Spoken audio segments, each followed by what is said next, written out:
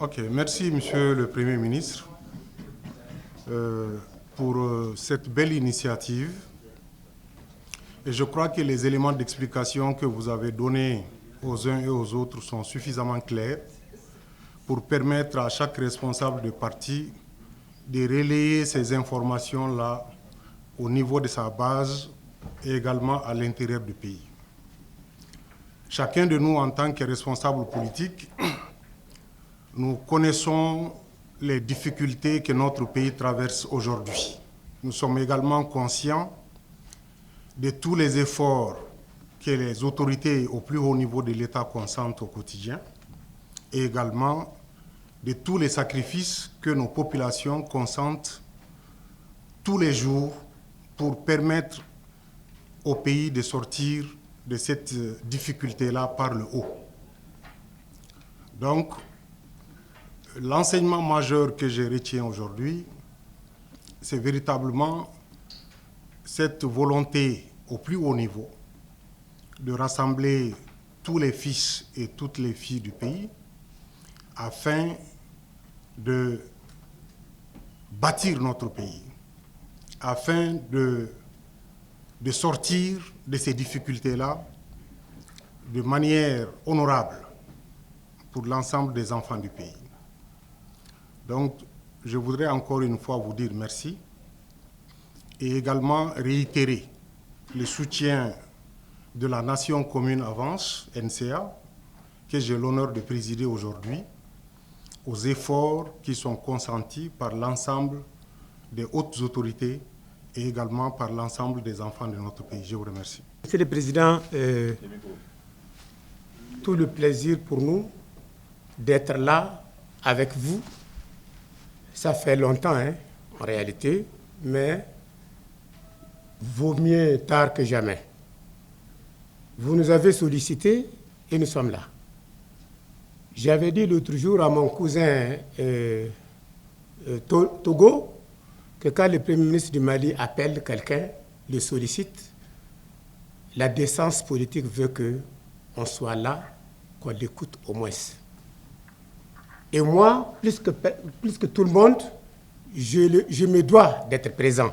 Parce qu'au-delà du fait d'être chef de parti, vous êtes quelqu'un que j'ai connu et que j'ai fréquenté personnellement. Je le dis très souvent, bien avant que vous ne soyez Premier ministre. Et je me rappelle la matinée où je suis passé vous voir pour vous féliciter, pour vous dire que vous avez eu une chance. Toutes mes félicitations. Et je crois très sincèrement que le choix est un très bon choix. Parce que nous avons choisi un homme expérimenté, un homme politique, fin connaisseur du Mali, qui sait ce qu'il fait et qui est très courageux.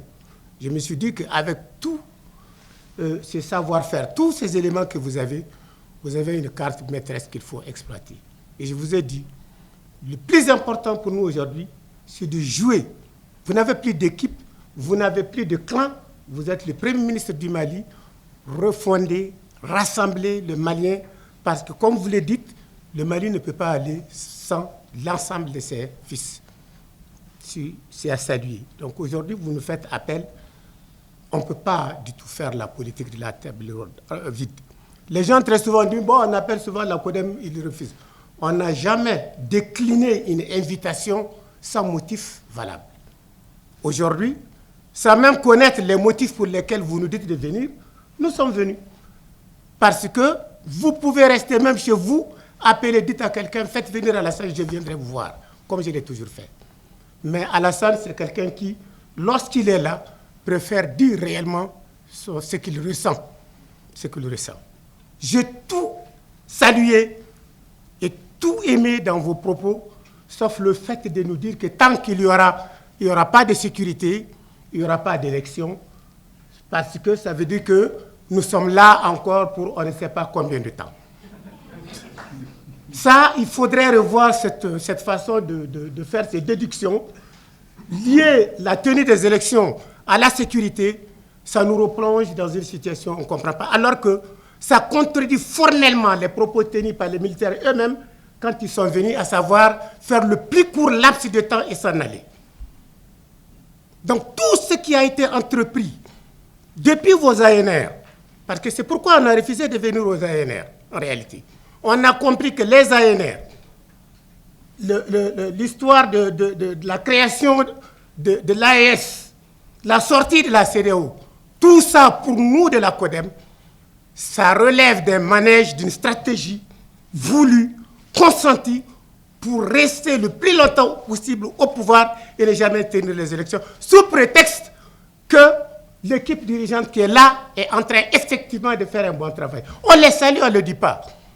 Mais avec eux, militaires, qui ont tracé les premiers jalons, je crois que c'est le moment aussi, très rapidement, de revenir à nos moutons, de tenir les élections. Ces élections, on ne cessera jamais, nous, de vous dire de les tenir, parce que c'est le baromètre principal pour qu'on choisisse nos dirigeants. Un dirigeant, ça ne s'impose pas par le canon. Un dirigeant ne s'impose pas parce qu'il a des armes. Un dirigeant, même venu par les armes, a besoin d'avoir le cutis de son peuple un certain temps. Le cadre qui nous réunit aujourd'hui est à saluer. Personnellement, j'ai beaucoup apprécié l'analyse que vous avez faite du contexte malien au nord. Peut-être de par mes fonctions, je peux confirmer beaucoup de ces choses. Je crois qu'on s'est fixé un objectif pour la transition. Il y avait des écueils, et le plus gros écueil est sécuritaire. Je prends les élections de 2018. Bien vrai que la situation, c'était très, très difficile. Au niveau de l'URD à l'époque, on a trié les bureaux. Il y a plus de 500 bureaux de vote qui commençaient à partir de Niafungé jusqu'à Tessalit. 90% de participation et au moins 99% de vote pour un candidat. Ça, c'est du fou. Qu'on soit là-bas ou pas, comment on peut penser que dans des bureaux de vote, dans ces régions du Nord, on arrive à réaliser 100% ou 90%? Donc, on est allé à des élections et c'était fiable. Donc, si on peut aller créer des conditions réelles pour faire des élections participatives, tous les Maliens ne sont pas obligés de voter. Ceux qui auront confiance à leurs dirigeants peuvent exprimer leur choix. Je pense que, vous l'avez bien dit, on a réussi une bonne partie de la sécurité. Je crois qu'il faut s'atteler maintenant à mettre en place les nombreux chantiers de refondation qui ont été lancés. Et ce qui fait défaut, en tout cas à ma connaissance aujourd'hui, qu'il faut donner une nouvelle vie, c'est quel est le cadre de concertation avec les partis politiques. Je sais qu'auprès du ministère de l'Entretien intérieur, il y avait un organe qui a été créé. Bon, certainement, il y a un ministère chargé de la refondation, il y a un ministère chargé de réforme institutionnelle auprès du Premier ministre. Moi, je crois qu'il faut, sans tarder, définir un cadre permanent où les partis politiques vont se concerter. Vous n'allez jamais avoir l'unanimité des partis politiques sur une question donnée. Chacun va intervenir selon ses réalités, selon ses ambitions. Mais si ces cadres de concertation manquent, les soupçons vont augmenter. Donc, moi, je salue cette initiative, à vous appeler, en tout cas le gouvernement en entier, de communiquer davantage dans un cadre plus fort. Je crois que cela est important. Monsieur le Premier, je disais que je vais partir de votre PAG. Et quand vous présentez votre PAG, vous avez cité en 4 piliers. Et le premier pilier, le volet sécuritaire, moi j'avoue qu'au CNT, vous m'avez fait pitié. Quand vous avez dit que, c'est-à-dire la question sécuritaire, on peut relever ce défi, moi j'ai eu peur, parce que le défi était énorme. Et à la fin, vous avez relevé ce défi. Aujourd'hui, je suis fier. Et je voudrais, pour votre leadership, vous féliciter et féliciter l'ensemble des membres du gouvernement, le président de la transition, le colonel Assimi Goïta. Ça, c'est un défi énorme auquel personne ne s'attendait, vous l'avez toujours dit. Moi, franchement, je ne croyais pas. Et la réforme politique institutionnelle, vous l'avez réussi aussi. Nous sommes très avancés à travers surtout l'ANR, l'ANR que vous est présenté par le gouvernement, qui a pris en charge l'ensemble des doléances du peuple malien et pour le changement qu'on veut bien faire, on voudrait bien faire. Et à travers ce changement, il y a eu beaucoup d'autres choses. Nous avons eu des réformes constitutionnelles qui est bien passées et depuis plus de 30 ans qu'on n'avait pas fait réussi. Aujourd'hui, le peuple malien en est fier. Il y a eu des structures légères aujourd'hui qui est un organe qui a été bien apprécié aussi par le Mali parce que l'ancien CENI faisait partie des problèmes qu'on a vécus. Et ce sont des problèmes qui ont fait d'ailleurs que pendant ces 30 années, nous avons eu tous les problèmes de la crise post-électorale et électorale. Donc avec l'EJ, nous sommes convaincus que c'est la solution qu'il faut pour organiser désormais nos élections. Monsieur le Premier ministre, ce que moi je voudrais dire en sens, la question des partis politiques, c'est de ça qu'il s'agit aujourd'hui si nous sommes là.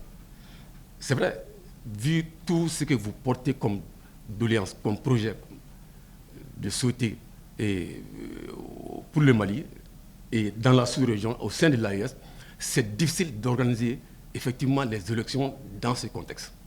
Parce que organiser les élections dans ce contexte, on risque de nous retrouver dans une autre position qui n'a pas les mêmes objectifs, les mêmes ambitions, les mêmes orientations aujourd'hui de l'AES et de notre pays. À avancer ensemble et à sortir notre pays de cette situation aujourd'hui de colonisation ou de néocolonisation qu'on veut désormais qui est derrière nous. Vu tout ce que vous avez dit par le passé, qui s'est passé au Mali. Donc, à mon avis, le rôle que les partis politiques doivent jouer en ce moment, si ça devrait être défini clairement et que la classe politique suit ce chemin, parce qu'il est clair, le peuple est avec vous. C'est très clair. Ça, personne ne peut contester ça. Le Mali, les Maliennes et les Maliens sont avec vous, suivent et font confiance à la transition. La transition devrait aujourd'hui restaurer et préserver cette confiance et aller en droite ligne dans ce chemin. Ça voudrait dire quoi? Vous avez engagé tout ce que vous avez engagé comme réforme, poursuivez ce travail. Donc la classe politique aujourd'hui devrait suivre et laisser les élections de côté.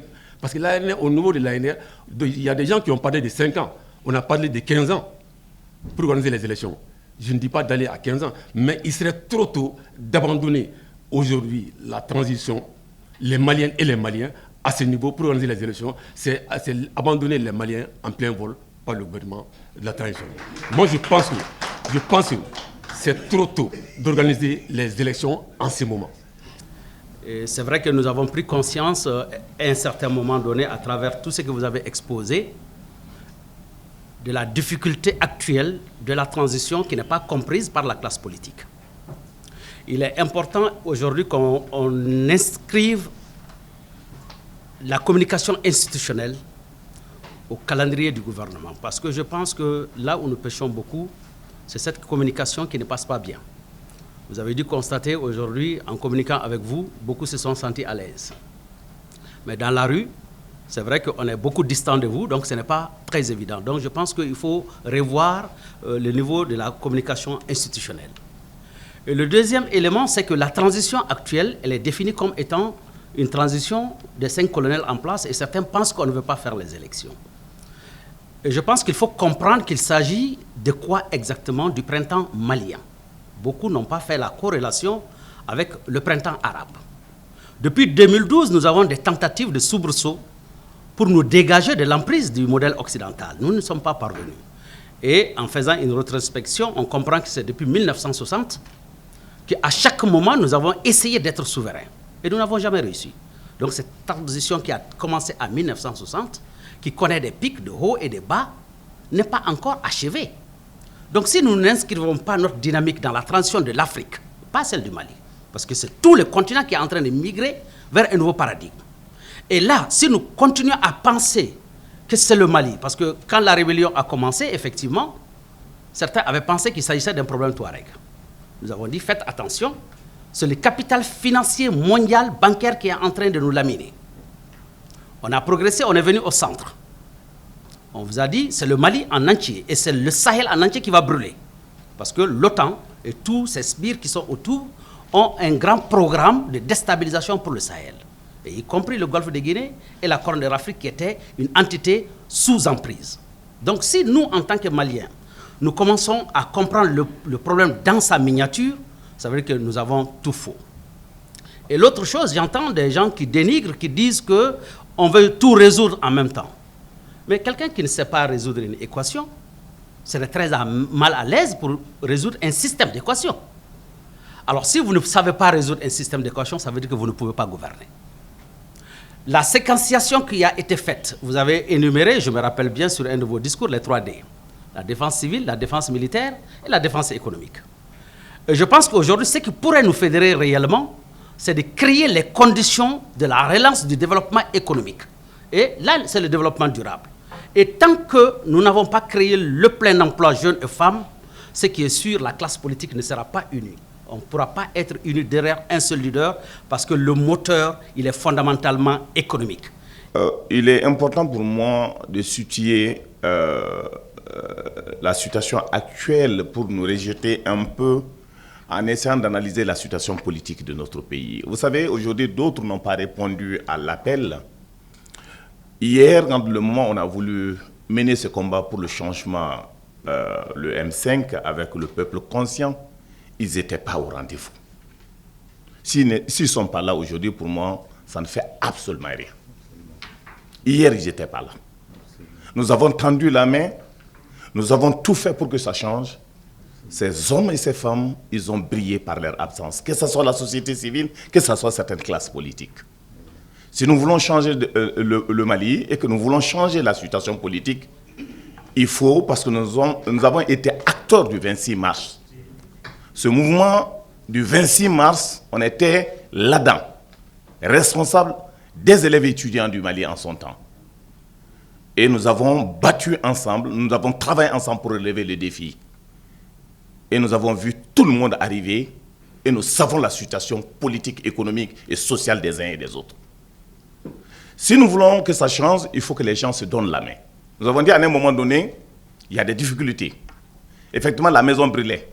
Il faut que les gens se donnent la main.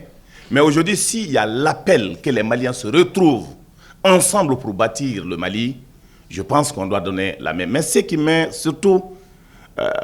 j'ai souvent des difficultés de compréhension. Je me suis dit, dans d'autres pays où nous avons donné des leçons, comme le Burkina Faso, comme le Niger, là-bas, les premiers responsables, surtout le Premier ministre, est respecté. Le président est respecté. Mais ici, ce qui se passe, souvent on voit des attaques venant et que les premiers responsables à certains niveaux n'arrivent pas à s'assumer. Et que cette justice réponde si on protège le président de la République et que la justice aussi protège au moins le Premier ministre. Qui s'autosaisissent. C'est ça. C'est comme ça qu'on peut relever les défis. Ce qui supporte aujourd'hui le Premier ministre ou la vision du Premier ministre, ce n'est pas sur la base matérielle. Parce qu'ils ont une conviction, ils croient à ce changement, ils se battent pour le changement. Et nous l'avons été, nous continuons à mener ce combat-là. Et nous ne ferons pas de cadeau à quelqu'un. Que ça soit partout, qu'ils comprennent. Ce combat de changement, nous le ferons, même si d'autres vont disparaître. C'est ce combat et nous nous sommes engagés, nous allons jusqu'au bout. J'ai l'habitude de dire à beaucoup que nous ne cherchons pas à plaire aux gens. Parce que quand tu fais ça, quand tu ne règles pas les problèmes, nous on cherche à régler les problèmes. Par exemple, le fait de dire qu'on ne peut pas faire des élections tant qu'il n'y a pas un minimum de sécurité, c'est un débat philosophique. J'ai donné l'exemple. Haïti, c'est le premier pays indépendant d'Afrique, d'Amérique latine. Ils ont fait plus d'élections plus que tout le monde. Mais tant qu'il n'y a pas la sécurité, ça ne sert à rien. Chaque fois qu'on prend un président, on l'assassine avant, ou bien il fuit comme celui-là qui a démissionné avant, ils n'ont pas d'armée, c'est les gangs qui commandent là-bas. On s'est organisé à les dépouiller d'une armée. Quand vous rentrez dans un débat comme ça, ce n'est plus la peine de continuer, parce que vous allez vous tirer pour rien. Vous n'allez jamais vous entendre. Donc il faut que chacun choisisse son camp. C'est ce que je vous ai expliqué. En juillet 2021, jusqu'à la prise de Kidal, c'était très clair pour nous que passer le temps à débattre du sexe des anges, qui a mis le feu dans la maison, on perdait l'énergie pour rien. Il fallait s'attaquer à la cause, à ceux qui nous maintenaient dans cet aspect de confusion avec des discours lénifiants, Comme par exemple le président de la France qui dit clairement que l'objectif de Serval, c'est détruire le terrorisme, étendre l'autorité de l'État malien et appliquer les résolutions des Nations Unies. Ça, c'est le discours. C'est destiné à la consommation et c'est ce que les Maliens consomment. Mais quand vous regardez dans les faits, le terrorisme s'est répandu de Kidal à 80% du pays, donc ça veut dire que ce qu'il a dit, c'était faux. L'autorité de l'État, c'est eux qui ont empêché que l'armée rentre à Kidal. Donc s'il vient nous dire ça, ça veut dire qu'il parle seulement. Les résolutions des Nations Unies changent comme on change de slip tous les jours. Allez-y les lire seulement. Donc dans cette situation, il faut que vous-même vous décidez qu'est-ce qu'il vaut pour vous. Si on devait suivre seulement leur discours là, on n'allait rien faire. Parce qu'ils étaient habitués à ça. Je vous ai très bien dit, les leçons d'histoire que je donne aux gens, quand on a concocté le partage de l'Afrique, le 28 février 1885, il n'a été nulle part dit qu'on va les coloniser. Il a été dit qu'on va aller réglementer la circulation sur le fleuve Congo et Niger. La France aura sa mission civilisatrice à mener. L'Angleterre, la civilisation, le commerce et le christianisme. Personne. C'est arrivé sur place qui se sont mis à opposer les uns aux autres. Parce que tu sais, les Africains, quand ils voient quelqu'un, il est prêt à tuer son frère pour être à sa place. Donc ils s'attendaient, quand tu tues ton frère, tu viens leur dire, en retournant, il te tue. Et la tribu reste sans chef. Ils ont subjugué tout le monde comme ça. Ils sont allés à la Deuxième Guerre mondiale. Ils ont dit aux gens qui vont leur donner les indépendances. Vous savez ce qui s'est passé? C'est eux-mêmes qui le disent. Pierre Mesper dans ses mémoires. Il dit qu'en 1960, ils ont demandé de donner l'indépendance à ceux qui l'exigeaient avec le moins d'intransigeance. Après avoir éliminé politiquement et militairement tout ce qui l'exigeait avec intransigeance. Après, on est survenu l'ère des coups d'État. Après, les militaires ont créé les partis uniques. Après, les ressources que les gouvernements utilisaient pour résoudre les problèmes des gens. L'argent du coton, de l'or, de bauxite. Comme les prix sont fixés chez eux, ils les ont divisés par 3 ou 4. Les États se sont retrouvés tout de suite avec 3 fois moins d'argent, mais la population a augmenté. Donc on a dit aux universitaires et aux professeurs que tout votre problème, c'est ce monsieur. S'il quitte le pouvoir, il y aura la démocratie et tous vos problèmes seront résolus. Mobutu qu'on taxi de dictateur. Mobutu c'était l'homme des Occidentaux là-bas pendant des années. Mais quand on a eu besoin de lui, on a dit que c'est un dictateur et tous les Africains se sont mis à chanter.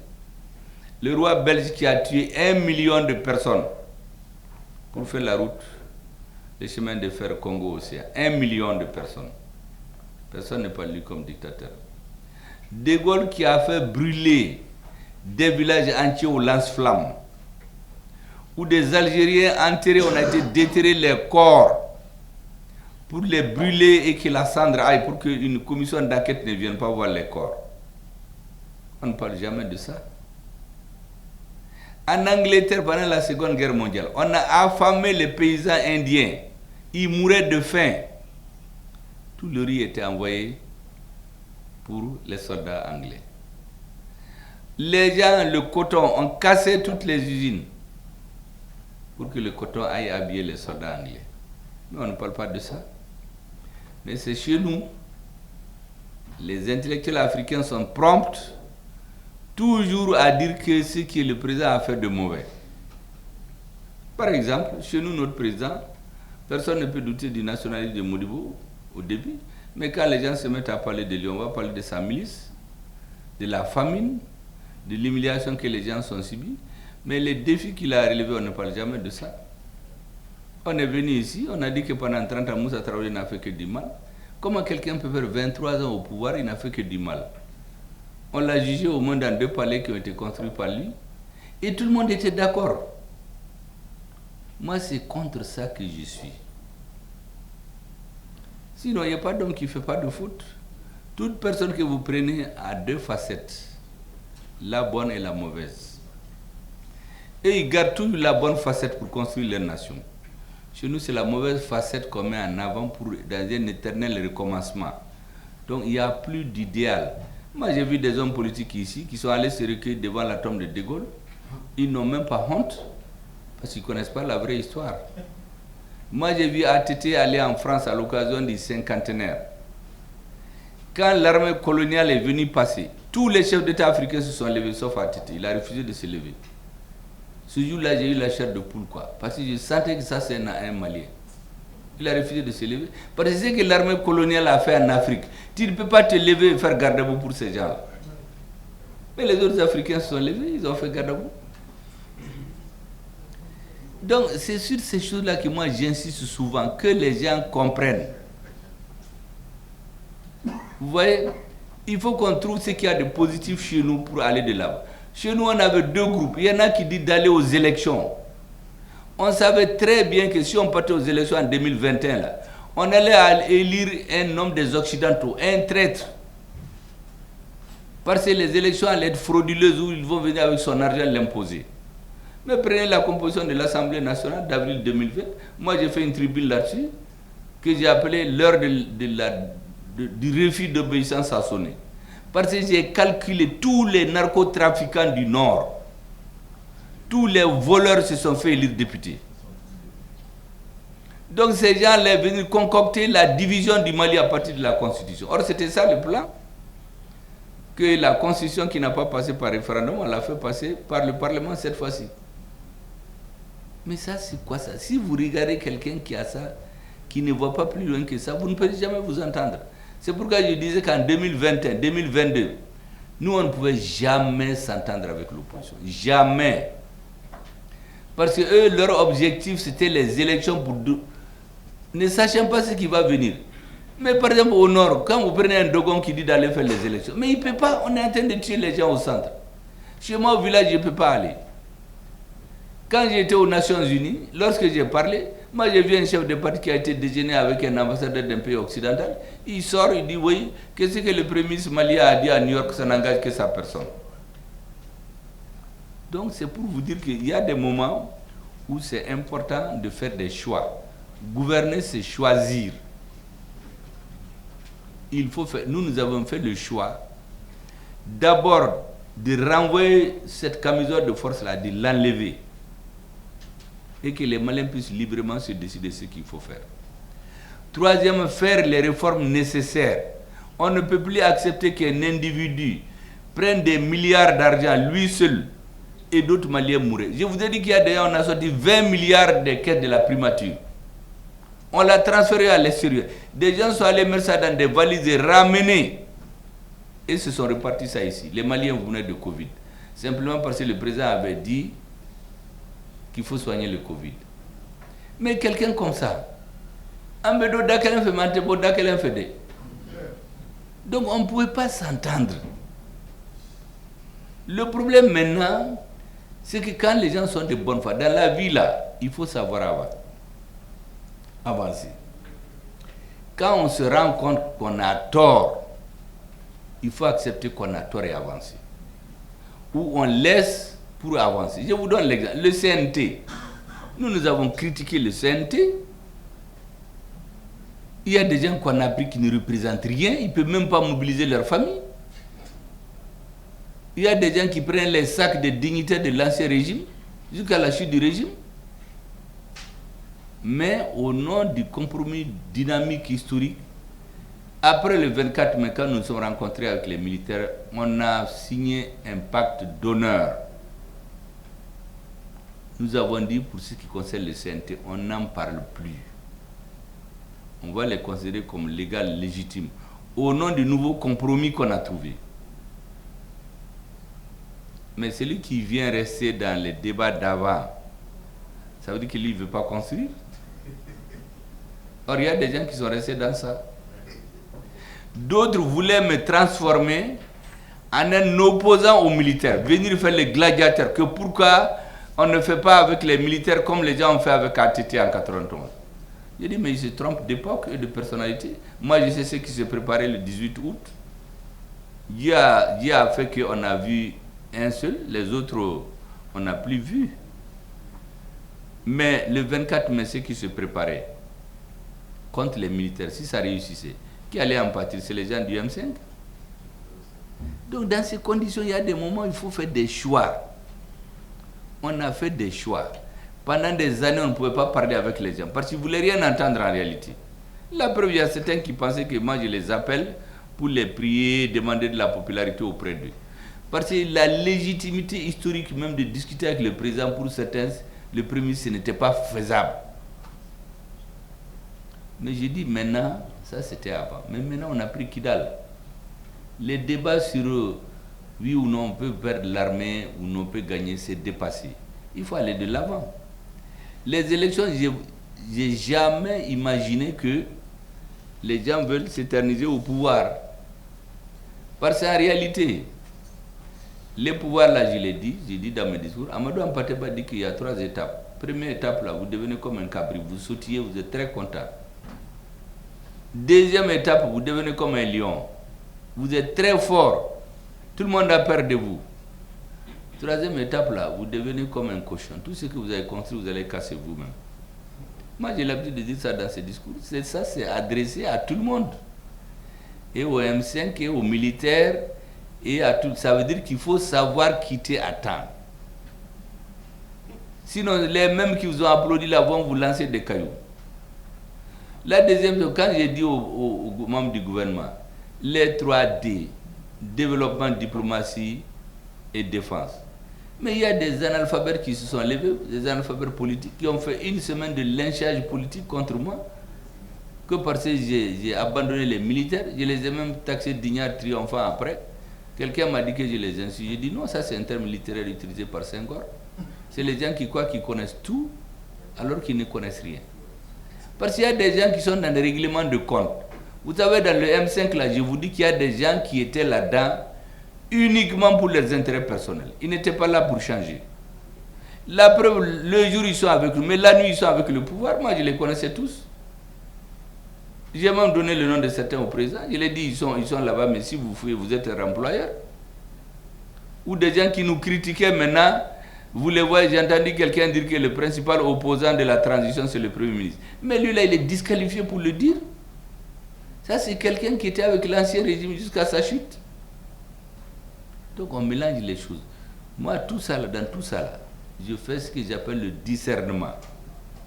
Qu'est-ce qui est fondamental? Quelle est la contradiction principale? La contradiction principale, c'était prendre Kidal. La deuxième contradiction principale qu'il fallait résoudre, c'est de renvoyer cette camisole de force, là, il fallait la déchirer. Maintenant que tout ça s'est fait, c'est d'avoir la conscience de revenir sur terre, de ne pas penser que personne n'a gagné là, c'est fini. Et les élections, je vous l'ai dit, s'il ne s'agissait que de tenir les élections, le pouvoir actuel peut les tenir à tout moment. Mais lorsque, par exemple, le ministre vous disait que nos données sont hypothéquées et prises par un pays qui demande 6 milliards, si le gouvernement se donne le temps de le faire par des Maliens, mais celui qui dit qu'il n'est pas d'accord, vous allez le laisser parler, mais vous allez continuer à le faire. Maintenant que c'est fait, vous lui dites, maintenant on a nos données. Moi, je pense que ce qu'on doit exiger du gouvernement de transition, c'est de faire les élections le plus tôt possible. La question de la sortie de la CEDEAO, vous dites qu'on est sorti, ce n'est pas pour ça. La CEDEAO, nous avons les preuves qui se sont organisées pour tomber sur le gouvernement du Niger et le faire tomber. Par procuration. C'est en ce moment que nous avons fait l'alliance militaire et nous avons dit que celui qui touche à un cheveu du Niger, nous allons raser sa tête. On a fait une alliance militaire et les chefs d'État qui se sont mis en pointe contre le Niger, on a dit qu'ils vont le regretter les premiers. On a eu la paix. Sinon, le schéma, c'était de détruire le Niger seul. Mais nous savions bien que quand le Niger finit, c'est le Burkina. Après le Burkina, c'est le Mali. Mais nous, on ne va pas s'asseoir jusqu'à ce qu'on vienne à nous. C'est tout. Sinon, la CEDEAO, là, c'est parce qu'on avait les preuves de tout ce qu'il faisait. Parce qu'il y a des chefs d'État qui ne font pas ce qu'il faut pour leur peuple. Moi, je vous ai donné l'exemple de ce monsieur qui a refusé de prendre des photos avec le président du Burkina en Russie, au motif que c'est un militaire. Bon, ce même monsieur, on le voit 2 semaines en train de prendre des photos avec un autre militaire qui a fait un coup d'État, en basin, en veste, il ricanait même. Mais celui qui l'a envoyé là-bas ne va jamais le respecter. Il est connu de tout le monde.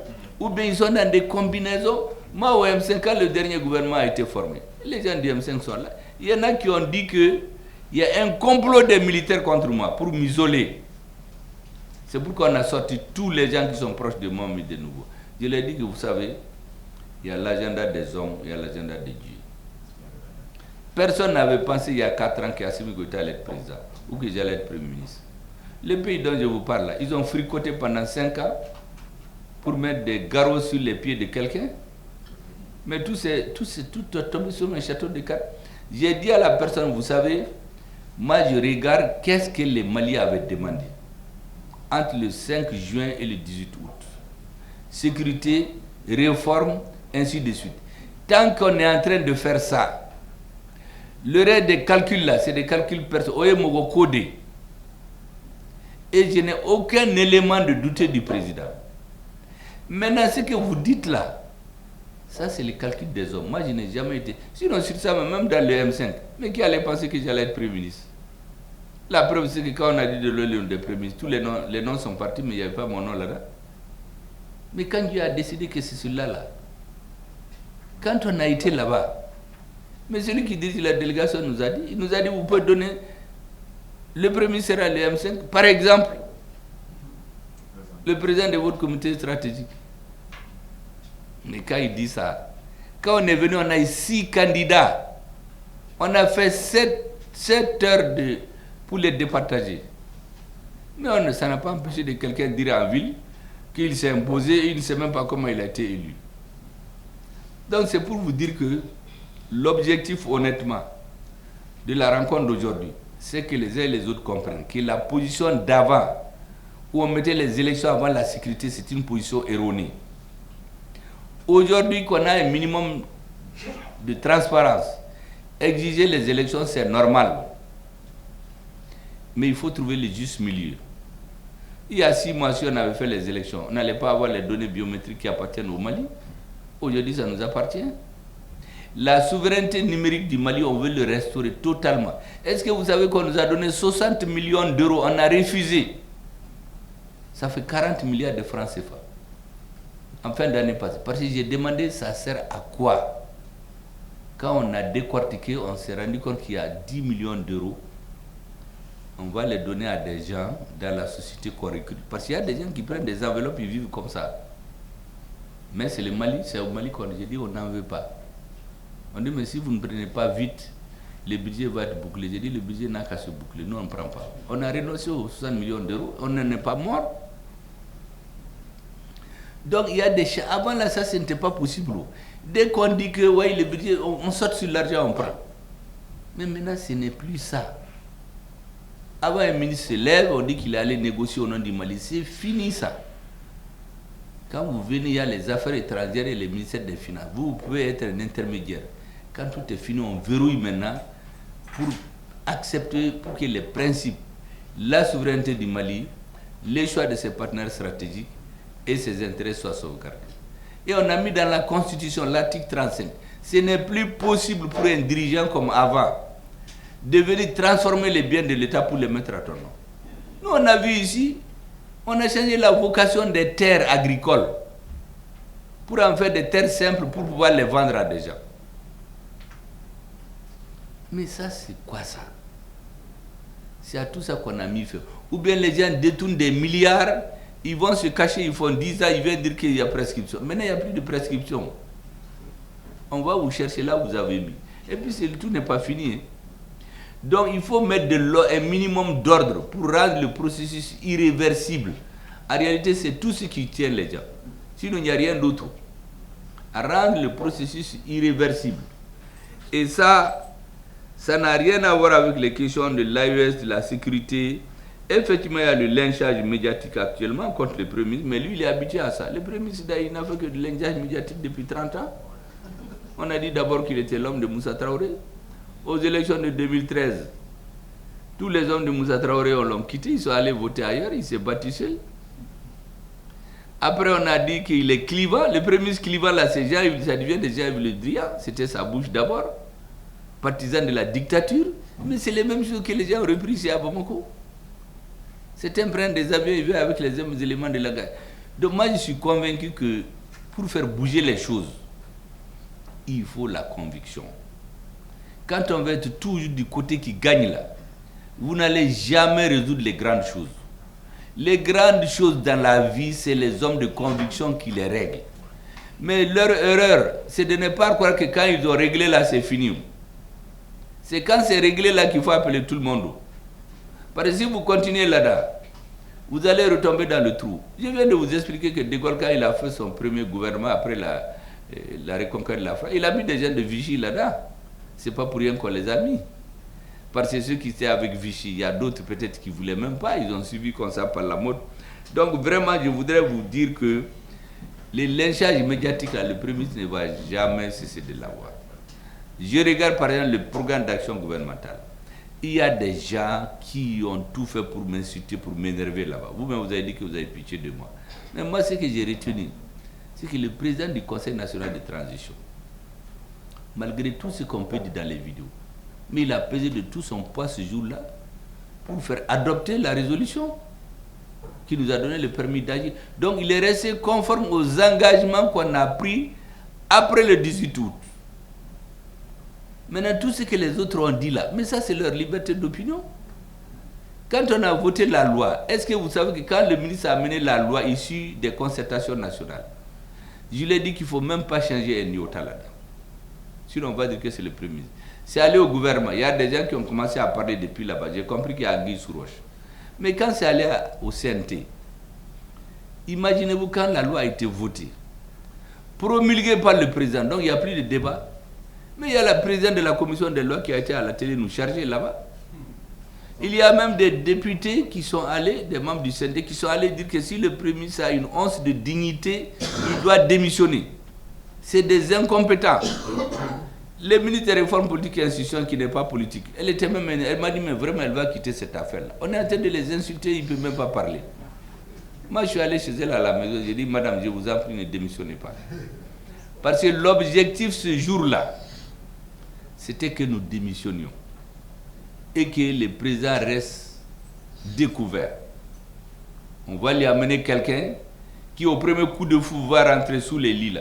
Parce que tu sais, les gens qui font les courageux devant les... Dès qu'on est pauvre là, il rentre sous le lit là, il ferme sa porte, il dit à sa femme quand on vient le demander, ou quand il faut qu'elle le tara. Mais il y en a qui voulaient ça. Il y a un monsieur qui vient sur les antennes, que lui, il a fait 2 heures de temps avec le président, avec le ministre de l'administration territoriale. Et ce qu'eux, ils veulent là, ils vont l'obtenir. Quand on a adopté effectivement ce qu'ils voulaient, moi j'ai été chez le président, j'ai dit, vous croyez que ce monsieur-là, il a dit ça pour informer les Maliens? Le chef de l'État, c'est son droit de réussir, de rencontrer qui il veut. Mais il a été dire ça pour que je me mette à douter du président. En me disant, Dja, on est ensemble, mais il fricote avec les ennemis. La preuve, c'est qu'il les a reçus la nuit pendant 2 heures de temps. Et ce qu'ils veulent, c'est ce qu'il y a dans la loi. Je vais commencer à douter du président. Et la brèche est faite. Ça n'arrivera jamais avec moi. Au M5, j'ai fait des heures chaudes. Les gens n'étaient pas d'accord. Ils ont trouvé qu'on a été trahis. Je leur dis que le président a trop de pression que nous, on ne sait pas. Il jette des questions ultra stratégiques. Il y a la pression de la CEDEAO, il y a beaucoup d'autres choses. Vraiment, laissons passer cette affaire-là. Le président est comme un chef de village, un chef de famille qui a pris une décision. Acceptons ce qu'il a dit. C'est comme ça qu'on a laissé passer. Donc je voudrais juste vous dire que vraiment nous voulons juste rendre le processus de refondation irréversible pour que plus personne, aucun chef d'État ne vienne jouer avec l'armée ou jouer avec l'école. Parce que nous on est tombé, personne n'a joué avec l'armée, personne n'a joué avec l'école.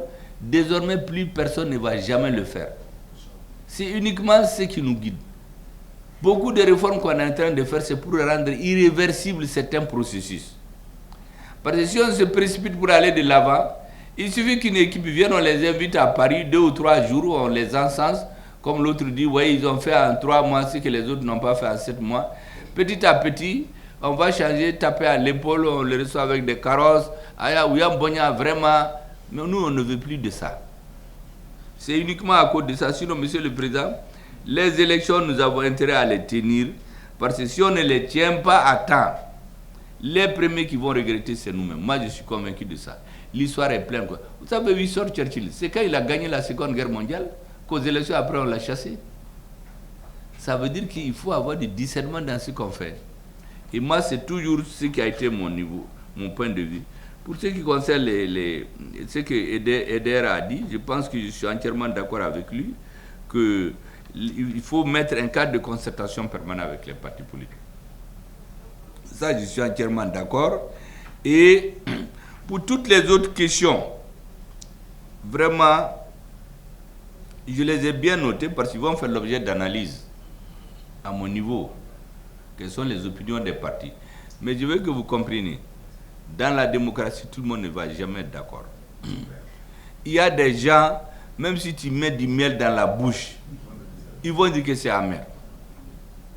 Moi, je veux simplement que si quelqu'un le fait, il le fait en connaissance de cause. Mais qu'ils ne disent pas que parti ne savait pas. C'est pour cela que je donne les explications. Par exemple, quelqu'un qui ne pouvait pas imaginer qu'on peut prendre Kidal, qui se rend compte que c'est fait aujourd'hui, et qu'à partir de là, il change de position. Comme certains qui ont voulu venir nous féliciter, moi j'ai dit qu'on n'a pas fait pour être félicité. Parce que la même personne, 2 mois avant, m'a dit que Kidal n'est pas la Tchétchénie, que ce serait notre tombeau là-bas. Quand on a pris Kidal, il dit qu'il va venir me féliciter avec ses amis. Moi j'ai dit qu'on n'a pas pris pour être félicité. Ils ont dit la même chose avec Assimi et ce n'est pas allé. En tout cas, ce que je voulais vous dire, tout ce que vous avez dit ici, n'est pas tombé dans l'oreille d'un sourd. Et nous allons examiner avec beaucoup d'attention tout ce que vous avez dit. Et je crois que cette rencontre ne va pas être la dernière. J'ai tenu à ce que le ministre de la Refondation et madame le ministre des Réformes politiques et institutionnelles soient là, parce que le ministre d'État, dans beaucoup de domaines, il remplace le Premier ministre. Il est très pris. Donc le triumvirat va reprendre en charge, je crois, toutes vos préoccupations et voir quand il y a des difficultés, ce qu'on peut faire pour faire avancer. Parce que dans les partis politiques, il n'y a pas de démocratie. Et quand la démocratie est ramenée uniquement aux partis politiques, à ce moment, le peuple devient esclave.